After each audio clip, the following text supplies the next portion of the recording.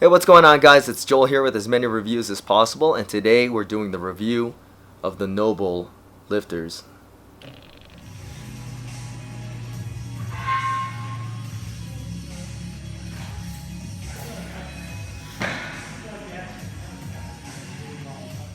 The NoBull Lifters are here, and they are an amazing weightlifting shoe. So I've only had these shoes for about a week now, but I've got some really good lifting sessions in with them, and I've gone through so many Oli shoes that I feel like I know exactly what I like and what I dislike in Oli shoes. Let's get this out of the way. The NoBull Lifters are an expensive pair of shoes. These are $300. That's almost double the cost of its more popular competitors. Now, if you were to ask me, are the NoBull Lifters 2 times better than its competitors? I'm going to tell you honestly, no, it's not. That does not mean that the NoBull Lifters are a bad shoe, or that shouldn't take any value away from the NoBull Lifters, because they are an amazing crafted shoe and they perform excellent. A lot of the cost of the NoBull Lifters go into how it's actually made and the materials that are used. Starting with the heel.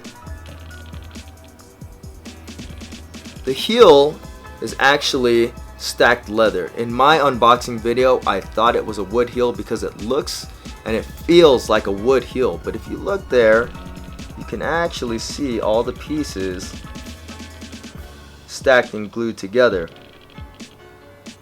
That form of shoemaking is usually used on dress shoes, and this is the first time that I've seen it on an Olympic weightlifting shoe.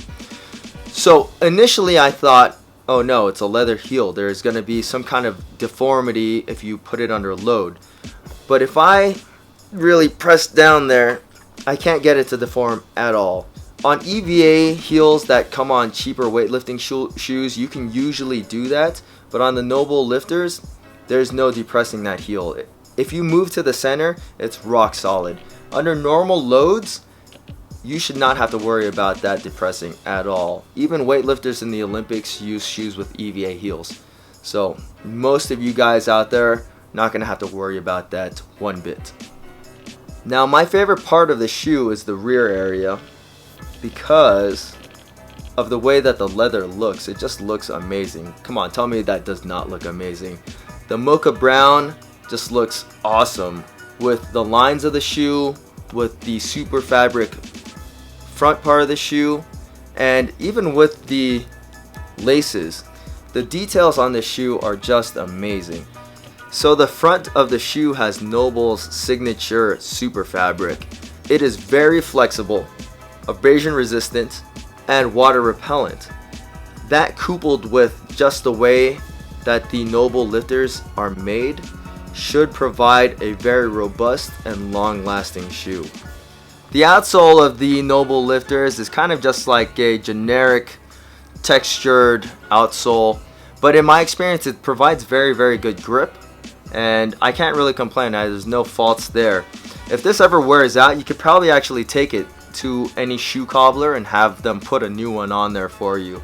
It's not as cool as the Vibram one that is on the position lifters, but it performs adequately and it grips my platform well, so I'm happy with it. So I think the reason why I like the NoBull Lifters so much is because they're just a very natural feeling shoe. When you put these on and start lifting with them, there's no break-in. They instantly feel comfortable. Usually you have to kind of get accustomed to how weightlifting shoes characteristics are, but with the NoBull Lifters, I just threw them on and just started throwing weight up, and everything felt great. Power delivery was excellent. The shoes are very responsive, and they're not pushy shoes in the way that they don't really force you into any positions. They're very mobile shoes. So let's get back to that heel. The heel height on the NoBull Lifters is effective at 18.5 millimeters, which is roughly 0.73 inches. Slightly shorter than the Nike Romaleos and the Addy Powers. This heel height is widely regarded as the most optimal heel height when it comes to most lifters.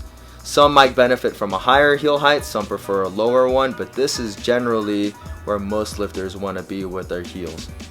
Another thing that I really like about the NoBull Lifters heel is that it feels a lot more gradual on the way down than on some of the more popular weightlifting shoes that kind of have more of a steep drop off. That for me allows my feet, allows my toes to stay on the ground a lot better and a lot longer through my extension. And it actually just feels more comfortable on my feet in general.